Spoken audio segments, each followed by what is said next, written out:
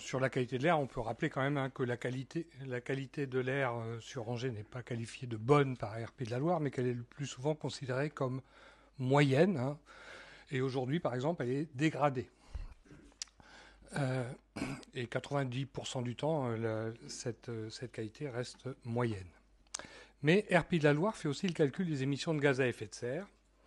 Alors nous en avons parlé au dernier conseil avec Mme Massé, la présidente du conseil de développement, qui se plaignait à juste titre du fait que les données étaient anciennes.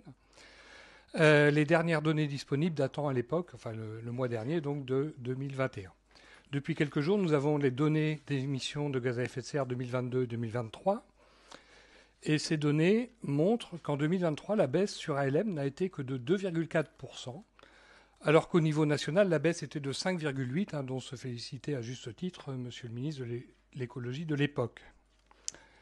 Comment expliquez-vous cette contre-performance locale dans une ville qui se voulait pionnière en Europe sur la réduction des émissions de gaz à effet de serre?